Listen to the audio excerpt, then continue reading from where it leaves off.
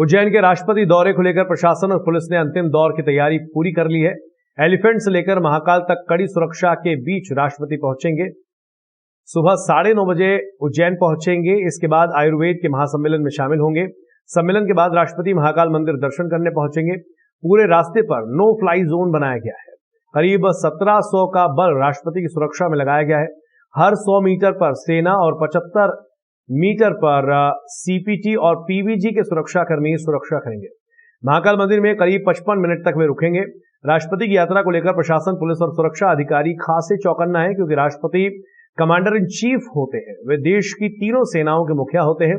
शुक्रवार शनिवार की सुबह से सुरक्षा को लेकर पुलिस और सुरक्षा एजेंसी रिहर्सल करती रही।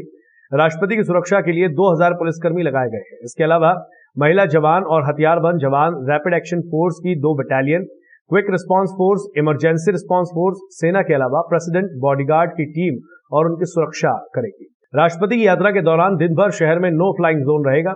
जब तक राष्ट्रपति शहर में रहेंगे, यहां सेना के अलावा कोई भी हेलीकॉप्टर उड़ान नहीं भर सकेगा और ना ही कोई अन्य विमान उतर सकेगा। वहीं कलेक्टर आशीष सिंह ने हेलीपैड, सर्किट हाउस, महाकालेश्वर मंदिर एवं कालिदास अकादमी परिसर के 2 किलोमीटर की दूरी में नो ड्रोन जोन घोषित किया है। क्षेत्र में किसी भी तरह का ड्रोन उड़ाना प्रतिबंधित किया गया है। यदि प्रतिबंध के बाद भी किसी व्यक्ति द्वारा ड्रोन उड़ाया जाता है तो ड्रोन को नष्ट कर संबंधित व्यक्ति के खिलाफ प्रकरण दर्ज किया जाएगा। महामहिम राष्ट्रपति रामनाथ कोविंद 29 मई को बाबा महाकाल का दर्शन पूजन करने के लिए पहुंचेंगे। वे सुबह 9:30 बजे उज्जैन पहुंचेंगे। आयुर्वेद के महासम्मेलन में शामिल होने के बाद महाकाल मंदिर पहुंचे। पुलिस व प्रशासनिक अधिकारियों ने रिहर्सल की। 3 गाड़ियां जूना महाकाल तक जाएंगी। इसके बाद वे महानिर्वाणी अखाड़े के महंत विनीत गिरी महाराज के आश्रम में पहुंचेंगे। यहां पर कपड़े बदलकर 16 धारण करेंगे। मंदिर में उनके आगमन को लेकर तैयारी चल रही है। पूरे मंदिर परिसर को आकर्षक सज्जा से सजाया गया है। मंदिर में राष्ट्रपति करीब 55 मिनट रहेंगे। मंदिर के पुजारियों के द्वारा पूजन भी करवाया जाएगा। अभी जो रिहर्सल है वो चल रहा है पूरे रूट का और सभी साइट्स का। हेलीपैड से होते हुए कालिदास एकेडमी से होकर मंदिर तक हम लोग आ गए हैं। उसके बाद सर्किट हाउस और फिर वापस हेलीपैड पे जाके ख़त्म होगा। समस्त व्यवस्थाएं दुरुस्त हैं और जहां कहीं भी जो काम तो सारे के सारे पूरे हो गए हैं।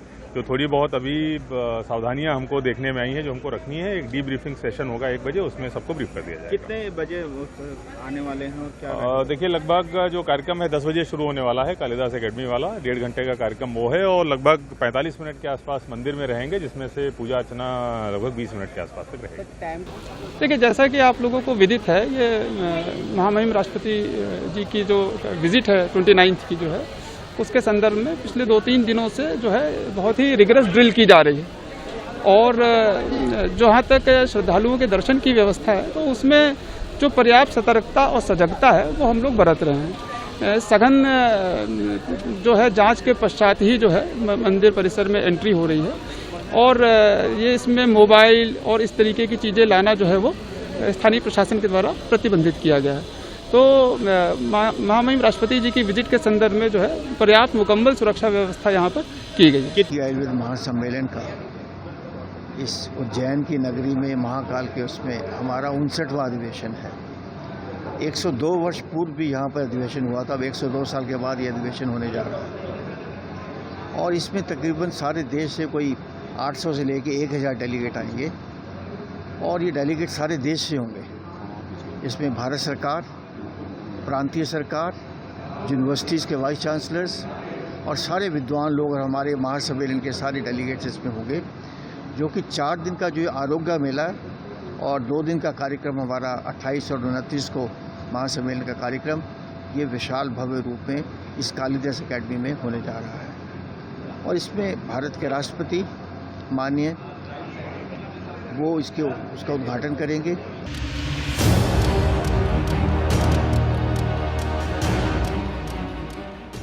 59वें अखिल भारतीय आयुर्वेद महासम्मेलन में कालिदास अकादमी में रिहर्सल हुई। 29 मई को राष्ट्रपति इस कार्यक्रम में शामिल होंगे। उज्जैन के कालिदास अकादमी में 59वां अखिल भारतीय आयुर्वेद महासम्मेलन आयोजित होने जा रहा है। 29 मई को राष्ट्रपति रामनाथ कोविंद इस सम्मेलन में भाग लेंगे। यहां देश भर से करीब 1000 आयुर्वेद ज्ञाता इस सम्मेलन में शामिल होंगे। आयुर्वेद के विद्वान सभी प्रांतों व विश्वविद्यालयों से आए हुए हैं। राष्ट्रपति के अलावा यहां राज्यपाल, मुख्यमंत्री, आयुष मंत्री व उच्च शिक्षा मंत्री भी कार्यक्रम में शामिल होंगे। यहां आयुर्वेद के विद्वानों द्वारा आयुर्वेद पद्धति पर चिंतन व मंथन होगा। आयुर्वेद को बढ़ावा देने के लिए योजना तैयार की जाएगी। इसके साथ यहां 4 दिवसीय आरोग्य मेला भी लगा है, जिसमें देश भर के आयुर्वेद की बड़ी कंपनियों के 100 से अधिक स्टॉल लगे हैं। आयुर्वेद पद्धति से निःशुल्क उपचार भी दिया जा रहा है।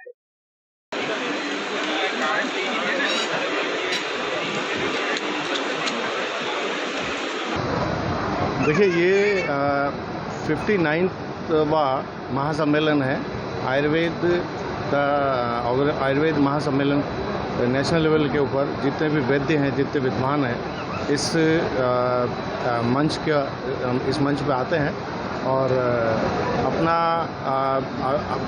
भाषण के थ्रू जो है आयुर्वेद की विशेषताओं के ऊपर इसके यहाँ पे विश्लेषण होता है और यहाँ पे जितने भी औषधि निर्माता हैं वो यहाँ पे अपनी विक्रय केंद्र लगा करके एक सामंजस्य बिठाते हैं विद्वानों के साथ में कि हमारे प्रोडक्ट्स की किस तरह की क्वालिटी है, जैसे कि आयुर्वेद के अंदर हम क्या नया डेवलपमेंट कर रहे हैं उसके बारे में, और वैद्यों के साथ में, विद्वानों के साथ, आयुर्वेद के जो ज्ञाता हैं उनके साथ एक सामंजस्य हम बिठाने की कोशिश करते हैं। उसी के लिए ये एक पर्व के तौर पर, एक महाकुंभ के तौर पर ये 59वां एक सम्मेलन है।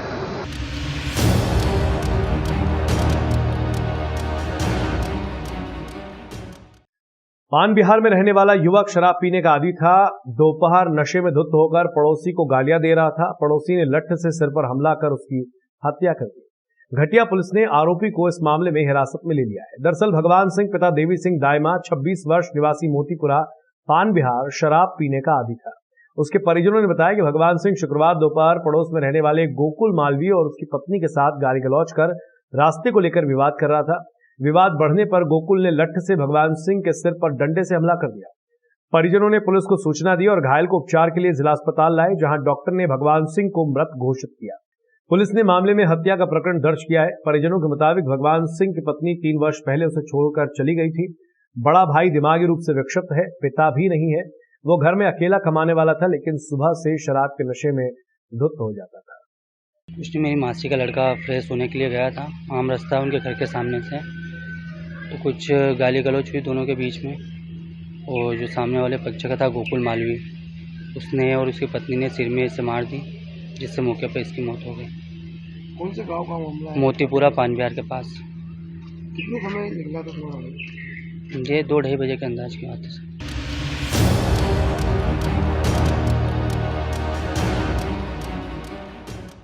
उज्जैन के बसंत विहार निवासी भारतीय जनता युवा मोर्चा के जिला उपाध्यक्ष मनीष आंजना ने शनिवार को सोशल मीडिया पर एक वीडियो वायरल किया है। वीडियो के माध्यम से मनीष आंजना ने कहा है कि एक ठगी के मामले में थाना नानाखेड़ा पुलिस ने फरियादी को ही आरोपी बनाकर जेल भेज दिया। मामले की शिकायत पुलिस अधीक्षक को की गई, परंतु कोई कार्रवाई नहीं हुई। अब वो प्रताड़ित होकर 29 मई को उज्जैन में राष्ट्रपति व मुख्यमंत्री के सामने आत्मदाह करेंगे। मनीष आंजना की मांग है कि तत्काल थाना नानाखेड़ा प्रभारी ओपी अहिर को बर्खास्त किया जाए। आपको बता दें कि सोशल मीडिया पर वीडियो वायरल होने के बाद पुलिस हरकत में आ गई है। युवा नेता मनीष आंजना की तलाश की जा रही है। ओपी अहिर, नानाखेड़ा टीआई उज्जैन, हमारी आंजना समाज के साथ इन्होंने धोखाधड़ी की, बहुत पैसे लिए, लाखों रुपए लिए, और जो फरियादी थे उन्हीं को आरोपी बनाकर जेल पहुंचा दिया गया है और कई पैसों की डिमांड करी है और बहुत सारे पैसे ले चुके हैं। इसकी शिकायत मैंने जब एसपी साहब से की तो इन्होंने 15 पुलिस कर्मियों को सिविल ड्रेस में पहुंचाकर मुझे अगवा करने का प्रयास किया। मैं अपनी जान बचाकर भागा। माननीय डीजीपी साहब को मैंने इस बात को संज्ञान में देकर उनको ज्ञापन दिया उनके कार्रवाई पर। अभी तक कोई कार्रवाई उचित नहीं की गई है। सीएम हेल्पलाइन भी कर दी गई है, पर कोई कार्रवाई अभी नहीं की गई है। मैं आज ये घोषणा करता हूं, कल 29 मई रविवार को माननीय राष्ट्रपति जी और प्रदेश के मुख्यमंत्री शिवराज सिंह चौहान साहब आएंगे। मैं उनके सामने अपनी पीड़ा रखूंगा और राष्ट्रपति जी और माननीय मुख्यमंत्री जी से निवेदन करूंगा कि इस ओपी अहिर को बर्खास्त करें और इस पे जांच बिठाएं, इसकी संपत्ति की जांच बिठाएं। इसके पास अनाप शनाप संपत्ति इसने उज्जैन में खरीद रखी है। भ्रष्ट गरीब लोगों से पैसा ले लेकर इसने बहुत संपत्ति बना ली है। यदि अब ओपी अहिर को बर्खास्त नहीं करेंगे तो मैं कल राष्ट्रपति जी के सामने अपना आत्मदाह करूंगा। चिमनगंज कृषि उपज मंडी में हमाल एसोसिएशन के उपाध्यक्ष ने कहा कि मेहनताना कम कर मंडी में हमालों के साथ ज्यादती हो रही है। उज्जैन के चिमनगंज कृषि उपज मंडी में हम्मालों के साथ काम के मामले में ज्यादती हो रही है। यह आरोप हम्माल एसोसिएशन के उपाध्यक्ष शेर खान ने लगाए। शेर खान ने शुक्रवार को जानकारी देते हुए बताया कि मंडी में हम्मालों को कम मेहनताना दिया जा रहा है। पहले प्रति बोरी 18 से 20 रुपए मेहनताना मिलता था, अब मेहनताना कम कर 14 से 15 रुपए प्रति बोरी कर दिया गया है। हम्माली का समय तय नहीं है, देर रात तक भी काम कराया जाता है। रविवार को भी काम के लिए आना पड़ता है। हम्मालों को व्यापारियों द्वारा गुलाम बना लिया गया है।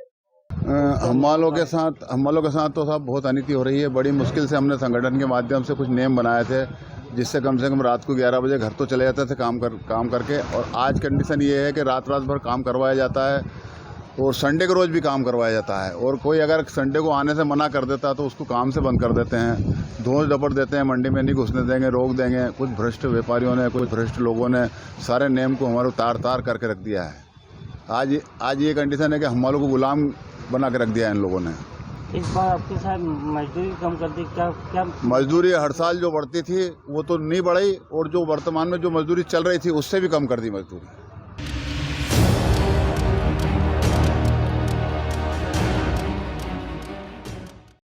क्षीरसागर एरिना में चल रहे ग्रीष्मकालीन मलखंभ प्रशिक्षण के दौरान एबीवीपी संगठन ने प्रतियोगिता आयोजित कर खिलाड़ियों को पुरस्कृत किया। दरअसल उज्जैन के क्षीरसागर एरिना में ग्रीष्मकालीन मलखंभ प्रशिक्षण शिविर चल रहा है। इस शिविर में अखिल भारतीय विद्यार्थी परिषद द्वारा एक प्रतियोगिता का आयोजन किया गया। इस अवसर पर उज्जैन उत्तर के भाजपा विधायक पारस जैन, विक्रम विश्वविद्यालय के कुलपति अखिलेश कुमार पांडे व अखिल भारतीय विद्यार्थी परिषद के महानगर पदाधिकारी राज सिंह भदौरिया मौजूद रहे। अखिल भारतीय विद्यार्थी परिषद में यहाँ खेल से संबंधित अलग अलग प्रतियोगिताएं करवाई। प्रतियोगिता में भाग लेने व अव्वल आने वाले खिलाड़ियों को पुरस्कार भी दिया गया। यहाँ रोप मलखंभ, पोल मलखंभ, चम्मच रेस, चेयर रेस सहित मलखंभ की अलग अलग विधाओं की प्रतियोगिता रखी गई थी। कुलपति अखिलेश कुमार पांडे ने कहा कि वे जल्द विक्रम विश्वविद्यालय में मलखंभ से संबंधित डिप्लोमा व डिग्री कोर्स शुरू करवाएंगे। वहीं विधायक पारस जैन ने कहा कि उज्जैन मलखंभ का गढ़ है। यहाँ के कई खिलाड़ियों ने प्रदेश व राष्ट्रीय स्तर पर परचम लहराया है। खास बात यह है कि जहां आयोजित प्रतियोगिता में 3 वर्ष से लेकर 20 वर्ष तक की उम्र वाले खिलाड़ियों ने भाग लिया।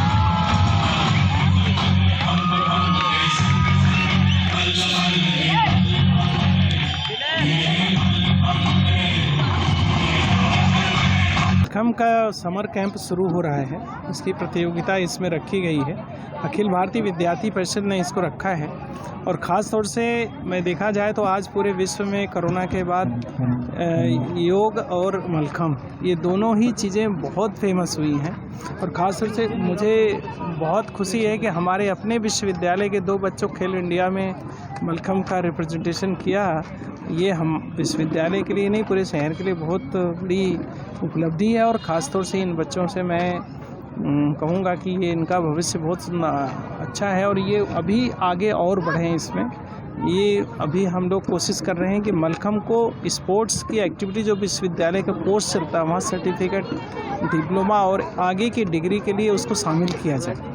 मलखंभ ऐसी हर व्यक्ति इसमें खेल में भाग ले सकता है और मलखंभ के लिए सरकार का, मध्य प्रदेश सरकार का भी ध्यान बहुत तरफ आकर्षित है। मलखंभ को राष्ट्रीय मलखंभ यूनिवर्सिटी के लिए भी सब लोगों को बढ़ाना चाहते हैं और हमें चाहते हैं कि मलखंभ से जो बच्चा भाग लेता है उसको कुश्ती में भी लाभ मिलता है, क्योंकि मलखंभ में एक तरफ चारों तरफ से मोड़ आदमी आना है। मलखंभ जो करता है उसको पूरा शरीर ऐसा होता है, बिल्कुल लोच के लायक होता है। एक अच्छा काम मलखंभ का उज्जैन में हो रहा है। अखिल भारतीय विद्यार्थी परिषद द्वारा आयोजन किया गया है। उन लोगों को मैं अपनी ओर से बहुत बहुत बधाई और बहुत बहुत शुभकामनाएं।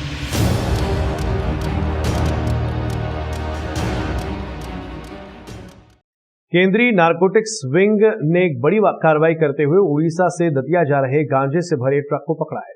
मौके से टीम ने उड़ीसा के मुख्य आरोपी सहित अन्य 5 लोगों को गिरफ्तार किया है। नारकोटिक्स विभाग ने आरोपियों से 885 किलो गांजा बरामद किया है। दरअसल नशे के खिलाफ की जा रही कार्रवाई के तहत नारकोटिक्स की टीम ने बड़ी कार्रवाई को अंजाम देते हुए उड़ीसा से ट्रक के जरिए दतिया लाए जा रहे गांजे को जब्त किया है।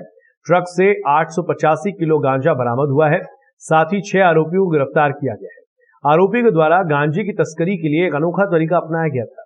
आरोपी चावल की बोरी के नीचे गांजे को छुपाकर ला रहे थे। पकड़े गए आरोपी राजेश, अविनाश, रमेश सहित अन्य लोगों को गिरफ्तार किया गया है। काफी लंबे समय से गिरोह गांजे की तस्करी कर रहा है। गिरोह का मुख्य सरगना राजेश उड़ीसा का रहने वाला है। दिनांक 20 मई को एनसीबी इंदौर की टीम ने छत्तीसगढ़ में कबीरधाम जिले में 885 किलोग्राम गांजा पकड़ा था। और जिसमें 6 लोगों को गिरफ्तार किया गया है। ये उड़ीसा से लेकर के आ रहे थे। हम लोग काफी समय से इसको फॉलो कर रहे थे, हम सर्विलांस कर रहे थे। हमने अपनी 2 टीमें लगाई थी, एक टीम रिसीवर को फॉलो कर रही थी और दूसरी टीम माल लेके आने वालों को फॉलो कर रही थी। एक राजेश, एक राकेश, इसके अलावा 4 अन्य लोग गिरफ्तार हुए हैं। जो सप्लायर था उड़ीसा से का, वो भी साथ में आ रहा था, उसको भी गिरफ्तार किया है हमने और आगे की जांच की कार्रवाई हमारी चल रही है।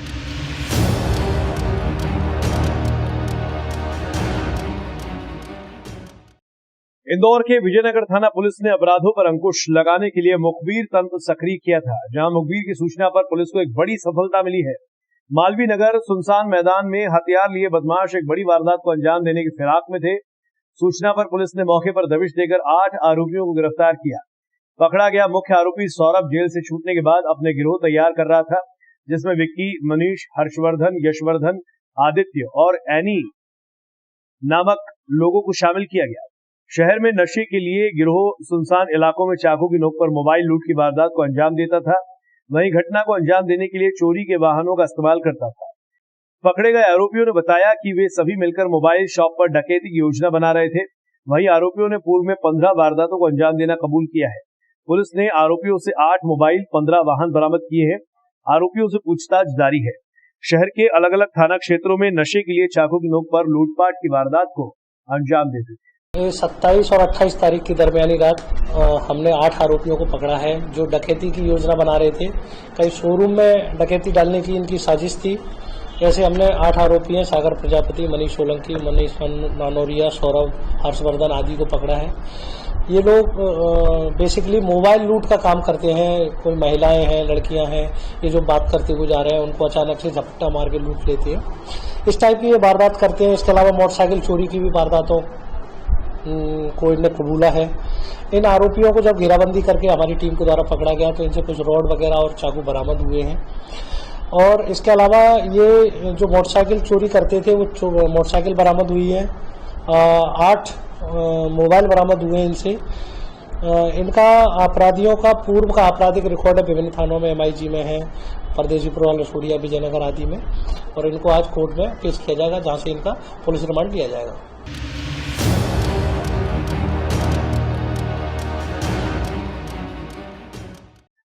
नाबालिग लड़के को सिगरेट मुंह में लगाकर फोटो खींच ब्लैकमेल कर लाखों रुपए और सोने के जेवरात लेने वाले 3 आरोपियों को क्राइम ब्रांच ने गिरफ्तार कर लिया है।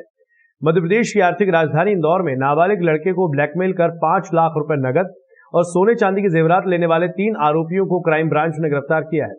आरोपियों ने नाबालिग का सिगरेट पीते फोटो लिया और उसे ब्लैकमेल करने लगे। जब घर में जेवरात नहीं मिले और बच्चे से परिवार वालों ने पूछताछ की तो पूरे मामले का खुलासा हुआ।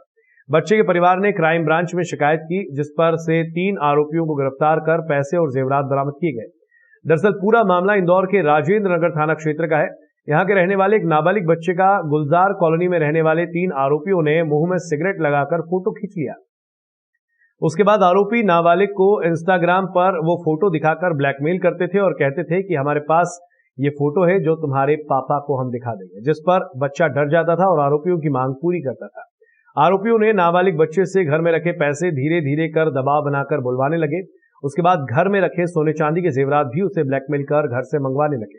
ये पूरा घटनाक्रम करीब 1.5 साल से चल रहा था। बच्चे के परिजनों को जब घर पर जेवरात नहीं मिले तो बच्चे से पूछा तो उसने पूरी कहानी बता दी।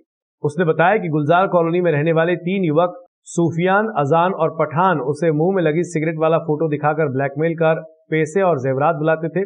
परिजनों ने इंदौर की क्राइम ब्रांच में शिकायत की। इस पर से क्राइम ब्रांच DCP निमिष अग्रवाल ने तुरंत कार्रवाई करते हुए 3 आरोपियों को गिरफ्तार किया और पूरा माल बरामद किया। आपको बता दें कि एक ऐसा ही मामला कुछ दिन पहले राजेंद्र नगर थाना क्षेत्र में आया था, जहां कॉलेज में पढ़ने वाली छात्रा को उसके दोस्तों ने सिगरेट पीते फोटो ले लिया था और पिता को बताने का बोला था और उस डर से छात्रा ने फांसी लगाकर आत्महत्या करी।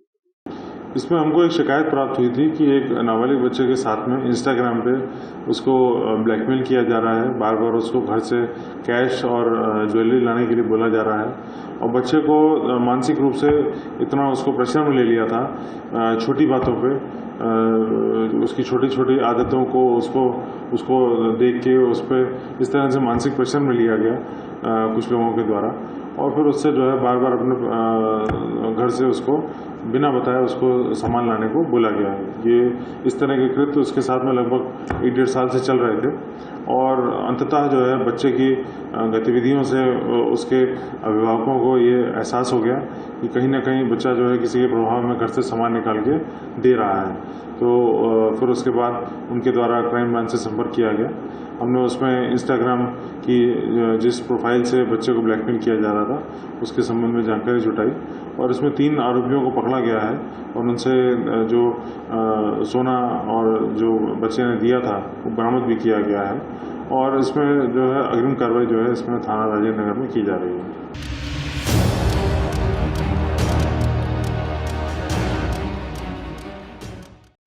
राजगढ़ के उद्भव नगर में लाखों की चोरी की वारदात को अंजाम देने वाले अंतर्राज्यीय नकबजनी गिरोह का एक सदस्य को पुलिस ने गिरफ्तार कर लिया है। अज्ञात चोर सीसीटीवी कैमरे से बचते हुए नाले के सहारे उद्भव नगर निवासी अभिषेक व्यास के घर पहुंचे। मकान के पीछे की खुली हुई खिड़की का सहारा लेकर एक व्यक्ति अंदर घुसा, दरवाजा खोला और जिन कमरों में व्यास फैमिली सोई हुई थी उन कमरों में बाहर से हैंडराफ लगाकर बंद कर दिया। अलमारी का लॉक तोड़ने का प्रयास किया, लॉक नहीं टूटा तो अलमारी ही उठाकर ले गए। अलमारी का लॉक तोड़कर सोने चांदी के जेवरात एवं नकदी करीब 2.5 लाख रुपए का सामान चोरी किया और अलमारी को नाले में फेंककर चले गए। साइबर तकनीक की सहायता से आरोपी काशीराम भील 28 साल निवासी मोगियाबे थाना दांगीपुर जिला झालावाड़ राजस्थान को गिरफ्तार कर सोने की अंगूठी जब्त कर आरोपी को न्यायालय में पेश किया गया है। इसमें पहले ही 3 आरोपियों को गिरफ्तार किया गया था। अभी एक आरोपी को गिरफ्तार करने में और सफलता हासिल हुई है। ये काशीराम भील उम्र 28 साल, ग्राम मोंगियाबे, थाना दांगीपुरा, जिला राजस्थान का है, जिला झालावाड़ राजस्थान का है। इससे करीबन 2 सोने की चूड़ियाँ और अंगूठियाँ 1.5 लाख के आसपास ये अभी जब्त हुई हैं। इसमें अभी भी 4 आदमी फरार हैं और जिनके लिए भी अभी लगातार पता रसीद कर रहे हैं।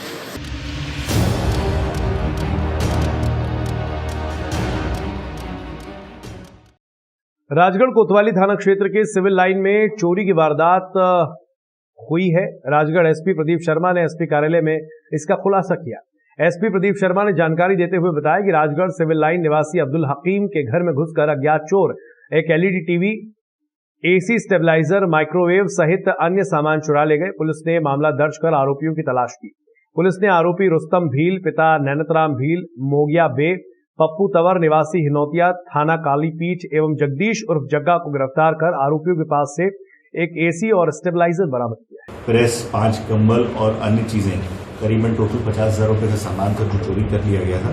क्योंकि ये अपने घर में काफी समय तक उपस्थित नहीं थे, इसलिए बहुत ही चैलेंजिंग था कि किस समय इसमें चोरी हुई है।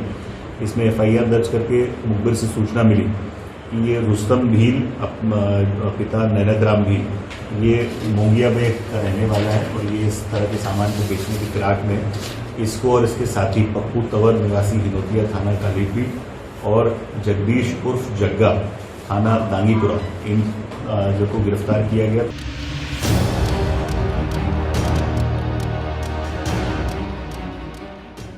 नेपा नगर में गुरुवार देर शाम महज आधे घंटे हुई बूंदाबांदी में ही नगर के वार्ड क्रमांक 5 में नगरपालिका द्वारा निर्मित सड़क में हुए भ्रष्टाचार की पोल खुल गई। आधे घंटे तक चली रिमझिम बारिश में पांधार नदी के किनारे बनी सीसी रोड धंस गई। वार्ड वासियों ने आरोप लगाते हुए बताया कि इसके पहले भी इनके द्वारा सड़क की गुणवत्ता के मानकों को लेकर कई बार शिकायतें की गई, लेकिन जिम्मेदार अधिकारियों द्वारा इस ओर कोई ध्यान नहीं दिया गया। आपको बता दें कि रोड के किनारे लगभग 50 फीट गहरी खाई है और ऐसे में अगर किसी दिन कोई बड़ा हादसा होता है तो आखिरकार इसका जिम्मेदार कौन होगा। आने की यहाँ डर लगता है गिरने का, सांप वाप जानवर बड़े बड़े जानवर भी आते हैं, यहाँ परेशानी होती है। क्या हो गया रोड में? रोड में क्या हो गया? रोड सब अंदर खराब है, धस रहा है, नीचे गिर रहा है सब पूरा। सीमेंट कंकर भी कुछ काम का नहीं, हमने ऐसे ऊपर पर लगा के रखा दिखाने के लिए कि भाई लगा दिया हमने करके। आप किसी के पास गए? हम सबके पास गए, पार्षद के पास गए, अध्यक्ष के पास गए और नगर पालिका में गए, किसी ने सुनवाई नहीं करे और बोलते कि हाँ हो जाएगा हो जाएगा। हमारे इंजन द्वारा निरीक्षण किया जाता है हमेशा और मेरे द्वारा भी किया जाता है। आज संज्ञान में लाया, मैं स्वयं जाके आज शाम को उसका निरीक्षण कर लूँगा।